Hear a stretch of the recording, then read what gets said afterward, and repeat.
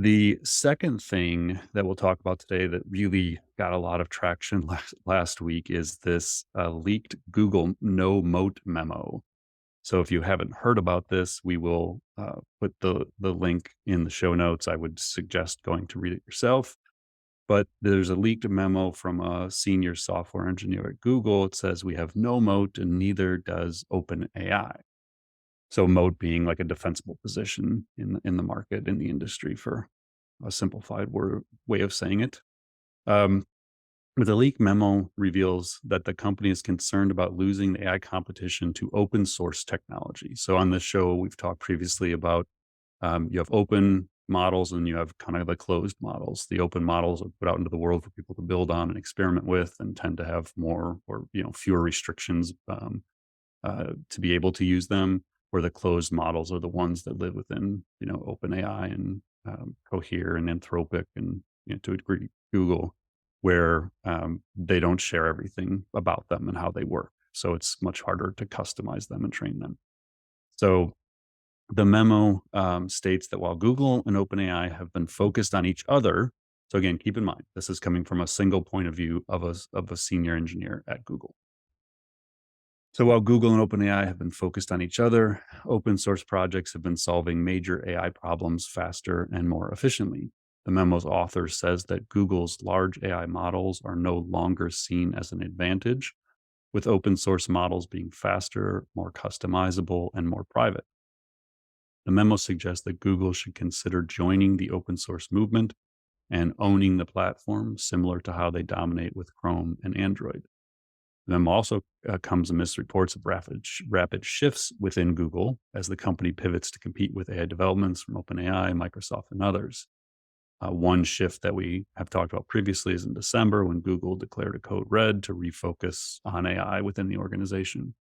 Another happened in February when Google's head of AI, Jeff Dean, made a policy shift where they were no longer going to release papers, or at least they were going to release far fewer papers into the public until they had productized them themselves. So again, as an example there, we've talked previously about the intention is all you need paper that came from the Google Brain team in 2017 that created the transformer architecture, which became the basis for GPT. In other words, OpenAI doesn't exist in the form it does today, building what they've built without the Google Brain transformer paper. So historically in AI research, a lot of it was open. Like everybody was sharing everything. Google has published more papers probably than anybody. OpenAI started off publishing everything. Meta still publishes everything that they do, or primarily everything that they do. So there was a lot of the top AI researchers in the world wanted to work for research labs where their life's work was able to be published and shared versus productized and kept private. And so there's just been a major shift in the last few months where DeepMind has pulled back, a major AI research lab that's within Google. Google is now pulling back. OpenAI has pulled back. So because of the level of competition, you're actually starting to see this pullback in the release of this information. So my overall take on this memo is it is a fascinating read. But again, keep in mind it is a single senior software engineer at Google, and it does not mean that his points are shared. His points, opinions are shared within Google, nor that the decision makers within Google put much weight behind this paper. But it is out into the world. And it does actually make some pretty interesting points that are worth considering. It's a really good read. So I'll just go through some of the things that jumped out to me as I was reading this. And again, in the show notes, there'll be a link there. So it says, we've done a lot of looking over our shoulders. And again, I'm just going to kind of quote here from excerpts. We've done a lot of looking over our shoulders at OpenAI. Who will cross the next milestone? What will the next move be? But the uncomfortable truth is we are positioned to win this arms race. We are not positioned to win this arms race, and neither is OpenAI. While we've been squabbling, a third faction has been quietly eating our lunch. I'm talking, of course, about open source. Plainly put, they're lapping us. Things we consider major open problems are solved and in people's hands today. While our models still have a slight edge in terms of quality, the gap is closing astonishingly quickly. Open source models are faster, more customizable, more private, and pound for pound more capable. Goes on to say, we have no secret sauce. Our best hope is to learn from and collaborate with others, what others are doing outside of Google. We should prioritize enabling integrations. People will not pay for a restricted model when free, unrestricted alternatives are comparable in quality. We should consider where our value add really is. Uh, Also went on to say giant models are slowing us down. So again, these language models are massive that are being trained.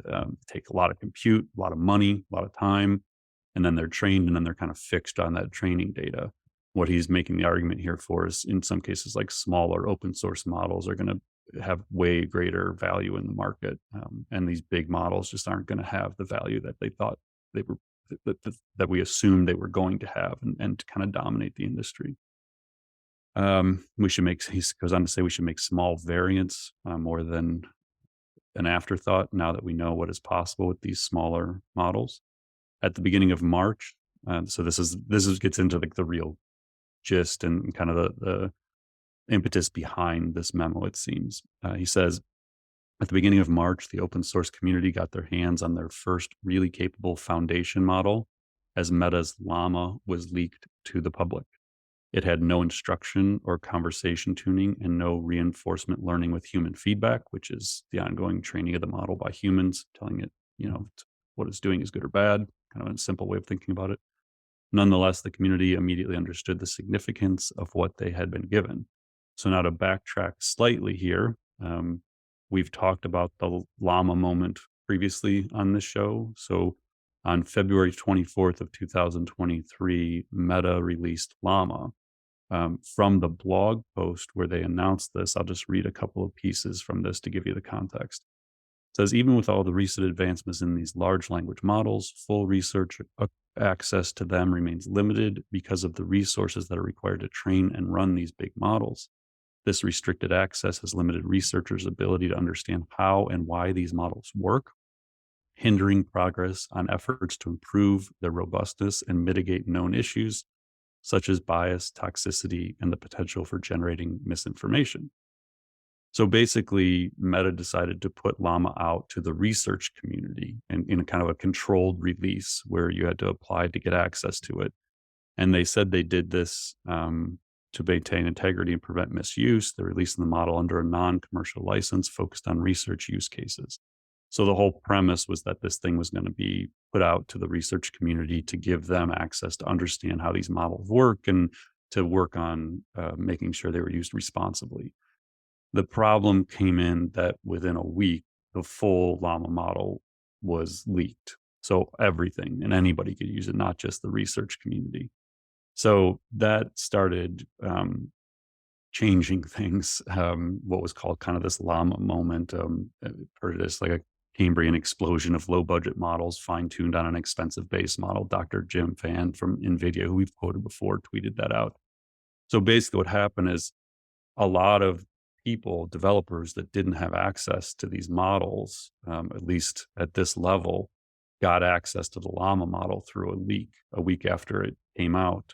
And so since that moment, all this major advancement and innovation has been occurring on the back of an open model.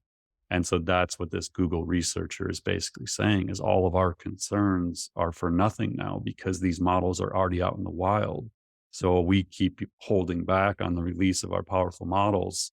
We're not preventing anything because the world already has access to them is kind of the gist here. So he goes on with some key takeaways of like his overall argument about why Google maybe has a losing strategy right now and why OpenAI may as well. So he says, retraining models from scratch is a hard path, and that's basically what they're doing with their large models. Large models aren't more capable in the long run if they can't iterate faster than small models. Data quality scales better than data size. That these open models don't need Google as much as Google needs them. And that these individuals using these things aren't constrained the same way as these big companies are. So basically what he's saying is like, we have to find a way to own this open ecosystem. And he even says, paradoxically, the one clear winner in all of this is Meta, because the leaked model was theirs. They have efficiently garnered an entire planet's worth of free labor And so basically it's just going on to say that Google has to find another way, that this path of building these massive language models that are closed to everybody is not going to win. So again, I'll kind of wrap up here with some perspective that it is just a single person's point of view, a well articulated point of view, no doubt, and certainly seems to make some very valid arguments that are worth consideration. But it doesn't mean that it's right or wrong per se, or that this person is, accurately predicting the future. So there was a couple of quick tweets I'll mention. One is from Logan Kilpatrick. He's actually a developer advocate at OpenAI. And he tweeted, "If you don't think OpenAI or Google have a moat, you either have no idea what a moat is, have no understanding of AI, or have not spent enough time building. Open source is powerful, but that doesn't mean companies don't have moats." And then one other one that caught my attention is from Fraser Kelton, who's a venture capitalist at Spark, also former head of product at OpenAI. So, factor in whatever bias may come from that. But he said, "We're heading toward a world where a small number of players have a defensible oligopoly on the most capable, most general models." So think about OpenAI, Anthropic, Cohere, Google, Amazon. These are the people building these foundation models. Product teams will use these models when required.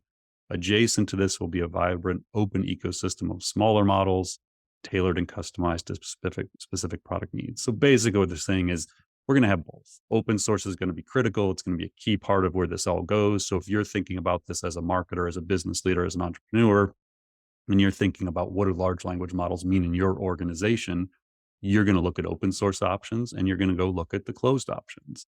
That's basically where we're at. And no one knows exactly how this is going to play out, but all this kind of technical jargon simplified to this.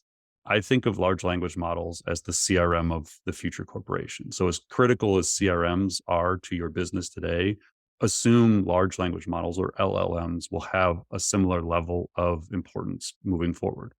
Those models in your company, those large language models, are going to be built on open or closed models. And so you're going to have these decisions you're going to be making in the months and years ahead of which models you are building around. And that's basically what this debate is all about is, am I going to build on open models, closed models? Which companies am I going to work with? Am I going to have a single large language model company, or am I going to have an array of them based on uses? And nobody actually has a clue. So if this topic is a little bit out there for you, a little bit abstract, overwhelming, don't worry. Welcome to the club. Everyone is trying to figure this out right now, and it's really hard to do that. So just kind of stay tuned, keep an eye on this space, be thinking about this within your organization, but no, you're not alone if this is a little bit complicated at the moment.